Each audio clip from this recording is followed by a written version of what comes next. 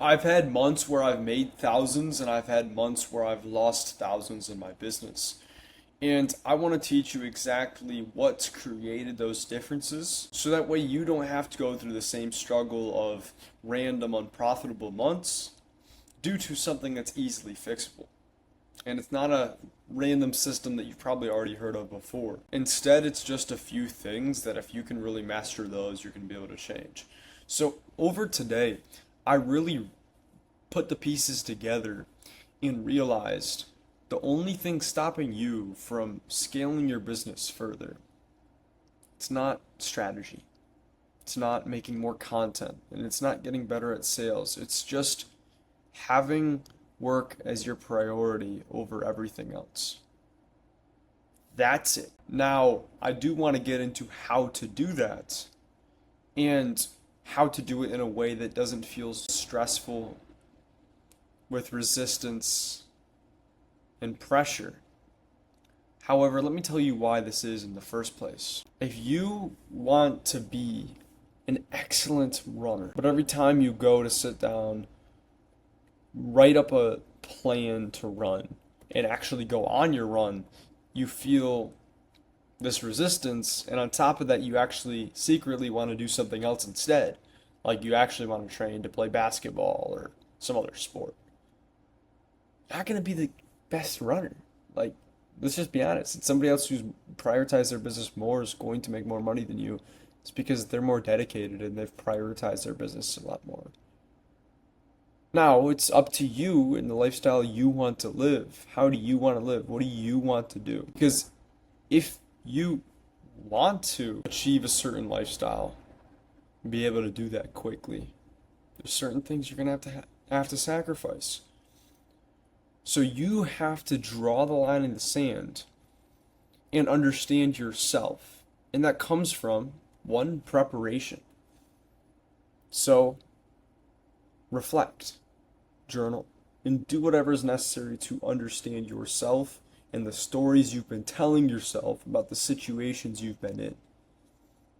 If you've had emotional reactions in your business, take time to reflect and ask yourself, what stories have I been telling myself about this situation?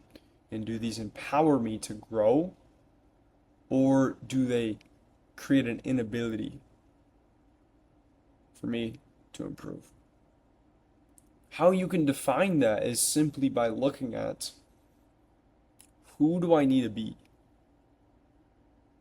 Who do I want to be? Who am I becoming? And then if the stories you've been telling yourself about these situations and the behavior you've had isn't aligned with that person, then don't do it. Because if you do, then there's still going to be this, at least at some level, unalignment between who you are, who you want to be, and who you're becoming.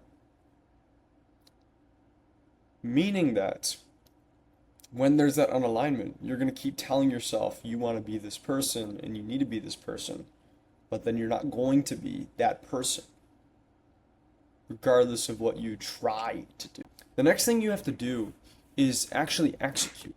So once you've prepared, you have to execute on these things through having a clear set standard and schedule throughout your day. Now, it doesn't have to be like crazy set. Like for me right now, all I have is generally when I wake up, generally when I go to sleep, and the time that I go running or work out.